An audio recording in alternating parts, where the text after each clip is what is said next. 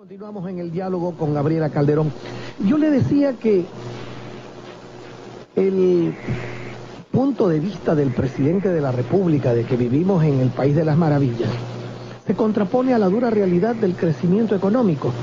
¿Puede haber un país de las maravillas cuando el crecimiento económico que se planifica no llega ni siquiera al 50%? Bueno, el problema es que la población siempre sigue creciendo, sobre todo en países de ingreso bajo, la tasa de fertilidad suele ser más alta que en los países desarrollados. Nuestras poblaciones crecen a por lo menos un 2% anual en promedio en países pobres, lo que significa que para un país desarrollado podría estar aceptable una tasa de crecimiento anual de 3%, de 2,5%, pero para un país pobre con una tasa de crecimiento poblacional de un 2%, un 3% es casi nada, porque usted le tiene que restar el aumento de la población, o sea, tiene que dividir esa producción nacional ahora entre más personas. Entonces, veamos los dos últimos años. El último año creo que el crecimiento terminó siendo 0,36%. Asumamos que la población creció un 1%. Entonces, prácticamente el mismo tamaño de pastel se repartió entre más personas, lo que quiere decir que la porción de cada persona fue más pequeña. Y ahora este año, súmele más personas a la población y entonces este año va a disminuir el consumo. Hay una tendencia en la economía de desarrollo a decir que el problema es el crecimiento de la población. No, el problema no es ese, el problema es que no crece la producción, no crece la economía para abastecer a una población en crecimiento. Gabriela, pero el presidente de la República dice que a lo mejor no crece la economía numéricamente, estadísticamente, pero que en cambio ha crecido, y de eso se jacta el gobierno, la atención a los sectores sociales más necesitados, y que el índice de pobreza en cambio está bajando. El índice de pobreza venía bajando desde el año 2000. Hubo un repunte impresionante en la pobreza entre 99 y 2000, porque todos todavía tenemos muy presente, incluso personas jóvenes, el año de la crisis, ¿verdad? Y ahí hubo una recuperación muy rápida, si la comparamos sobre todo con otros países como Argentina, que tuvieron una crisis alrededor de la misma época, y la pobreza venía cayendo desde el 2000 a un paso acelerado. Es una caída que se retuvo hasta el 2008. En el 2009 hubo un ligero repunte, pero eso tiene que ver también con los efectos, los coletazos de la crisis. Pero luego se presentan los datos, si no me equivoco, de marzo de 2010. Y para marzo de 2010, en relación a marzo de 2009, la pobreza había caído. Pero hay que presentar las cosas a largo plazo. Y a largo plazo venía una caída sostenida sin interrupción hasta el año 2008. En el año 2009 hubo un repunte y luego volvió a caer. Lo que sí es clave decir es que de 2007 en adelante el paso de la reducción ya no era el mismo. O sea, la velocidad a la que se venía reduciendo la pobreza ya no era el mismo. Entre el año 2000 y el año 2006 reducimos la pobreza extrema de un 26% a un 18% de la población. La verdad ahorita no tengo presentes las cifras de la reducción últimamente, pero sí ha habido una tendencia poco clara, porque un año cayó, un año subió y un año volvió a caer. Entonces eso no es suficiente para declarar en un discurso que se ha venido, sin equivocación, venido reduciendo. No es una tendencia. Gabriela, pero hay una situación que es especialísima, ¿no? Como nunca el Ecuador ha tenido recursos económicos, me refiero no al Ecuador en términos generales, sino al gobierno ecuatoriano. Hemos tenido un ingreso extraordinario por el tema petrolero. Nos hemos feriado prácticamente la plata de los afiliados al Seguro Social, que antes estaba allí, indudablemente sin ganar mayor interés ni nada.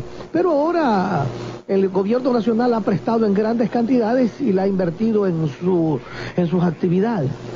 Nos estamos endeudando a intereses bastante altos, especialmente con la China. Hemos traído la plata de los depósitos de la banca en el extranjero. Nos hemos gastado la reserva monetaria.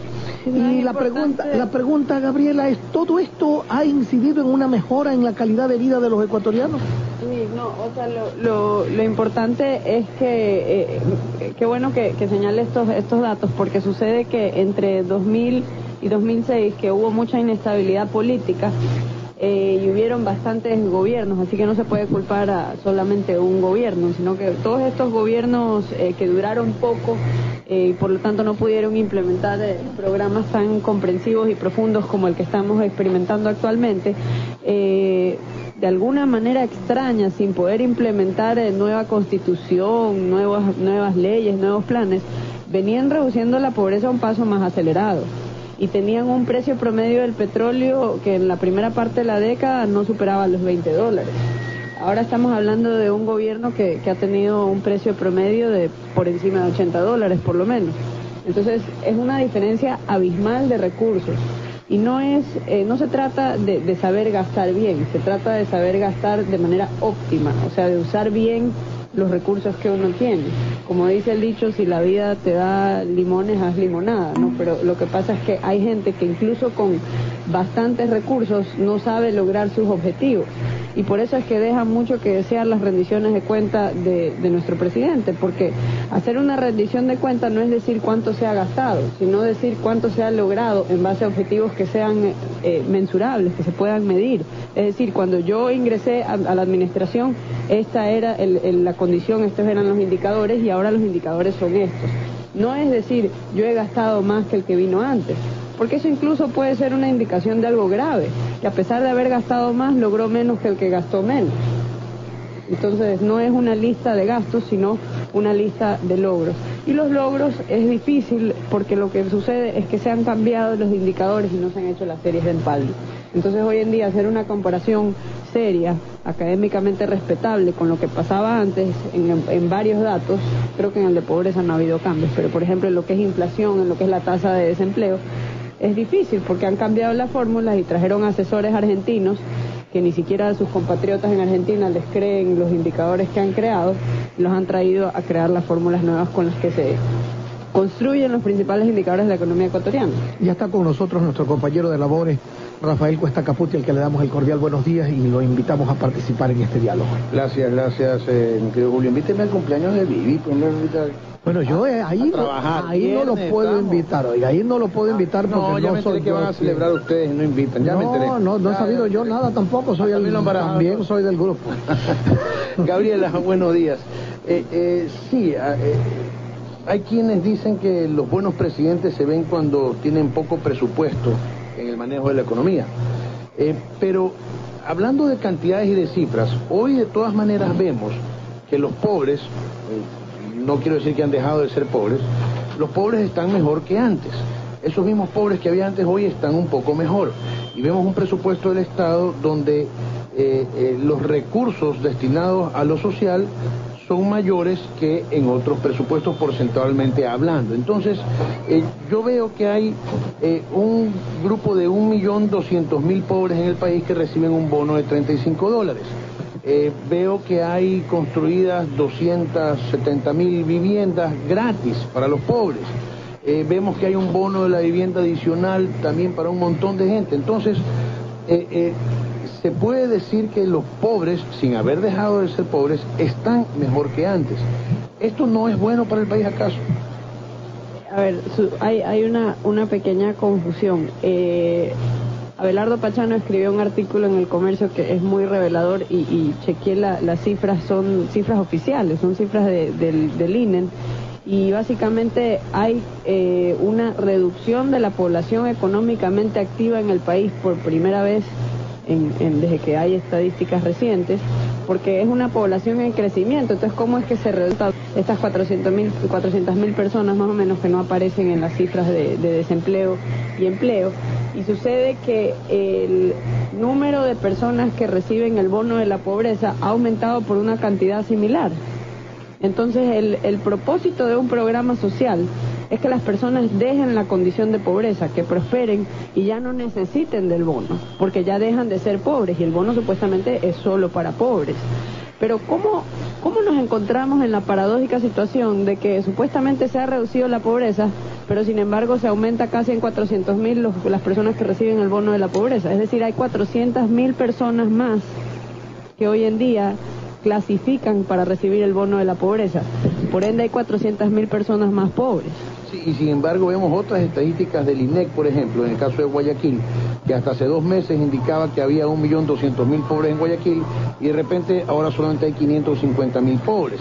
Y eso es indicadores de necesidades básicas insatisfechas, que coincide con la aprobación del COTAT, ahora que van a distribuir las rentas, ¿no? Entonces, claro, y además, ¿qué ha pasado? O sea, ¿por qué las cifras son tan incongruentes entre sí?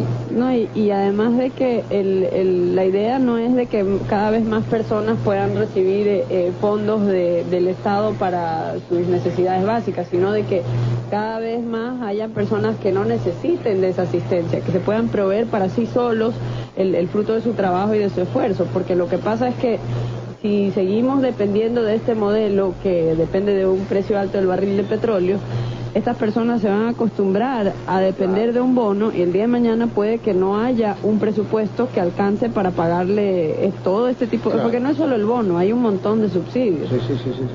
Incluso para los empresarios, hay muchos empresarios que están acostumbrados a que se les subsidia el costo del combustible, y no sabrían lo que es competir en un mundo sin ese subsidio. Vamos a un tema que no quiero dejar pasar por alto, que son 2 artículos que has escrito sobre el tema de la seguridad social.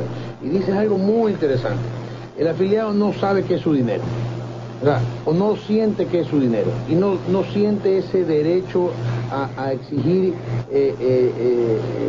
para sí un buen servicio. Y escuchaba a un afiliado decir, yo recibo $50 mensuales de jubilación, sin embargo veo que el Seguro Social le presta cientos de millones al gobierno. ¿Dónde está mi dinero? Y reclama. ¿Crees que el Seguro Social se va a convertir en un monstruo tan gigante que no va a poder caminar por sí solo? El problema con el Seguro Social no es qué tan rentables o poco rentables sean las inversiones, o si hay malversación de fondos. No, aquí no se está cuestionando la moralidad de nadie, sino la moralidad del sistema. Porque no es moral, ni digno, ni ético que a la gente se le quite obligatoriamente y se les obligue a afiliarse a algo de lo que no son dueños, porque básicamente a uno nunca le consultan si uno quiere ser afiliado al IES o no. Y nunca le consultan, y es obligación legal, si trabaja dentro del sector formal, que le quiten 20,5% de su salario. ¿Por qué digo 20,5%? Porque lo que el empleador le va a pagar a usted no es que dice le quiero pagar esto y encima voy a pagar la contribución al Seguro Social, no, sino que en vez de pagarle lo que está dispuesta a pagarle, le resta el 11,15%, porque dice, como el Seguro Social me obliga a pagar por este empleado 11,15%, ya a usted yo no le voy a pagar lo que le pensaba pagar, sino que le voy a restar el 11,15%. Y las demás cosas, porque hay el 13º, el 14º, las vacaciones pagadas, ¿cómo se llaman? Los fondos de reserva. Todos estos pagos, el empleador lo único que hace es reducirle su salario para pagarle parte de su salario en estos beneficios, que no llegan directamente al trabajador, sino que van al IES, varios de esos beneficios. Y el trabajador no tiene un estado de cuenta mensual que a través de su vida laboral le vaya diciendo, usted, Pepito Pérez, tiene X cantidad en su cuenta, acumulando X cantidad de intereses, y puede esperar jubilarse en 20 años con una pensión de X, Y o Z cantidad. Entonces lo que sucede no es eso, lo que sucede es un esquema piramidal en base al cual usted contribuye toda su vida para financiar a los que están jubilados actualmente. Es decir, usted paga por la jubilación de otros, y cuando usted es un anciano jubilado, usted no depende de lo que usted contribuyó, sino de lo que los políticos en ese momento decidan y de lo que los trabajadores de ese momento estén contribuyendo al sistema. Mucha gente dice que eso es solidario, pero no sé, a mí me enseñaron que la solidaridad es voluntaria, no es obligada. Y si uno quiere ser solidario, que lo haga voluntariamente con su propio dinero, no porque la ley lo obliga. Y no de una manera que se esquilme los ahorros. ¿Es una forma de ir ganando derechos así, con la ley? No, porque se pierden derechos, porque el trabajador ecuatoriano en el sector formal no es dueño de sus ahorros. Le están quitando gran parte, durante su etapa más productiva de la vida, le están quitando una porción considerable de lo que podría ahorrar. Y digo que se le están quitando porque lo que no va a su cuenta personal individual de ahorro, sino que está yendo para pagar las pensiones de otros. Entonces, uno de los principales derechos es el derecho a los frutos del trabajo de uno mismo. El director del IES dijo que se requerían 10 afiliados para pagar una pensión. O sea, 10 afiliados nuevos para pagar una pensión de un jubilado. Me parece extraño esa cifra, pero sería terrible. Y eso es insostenible, porque la tendencia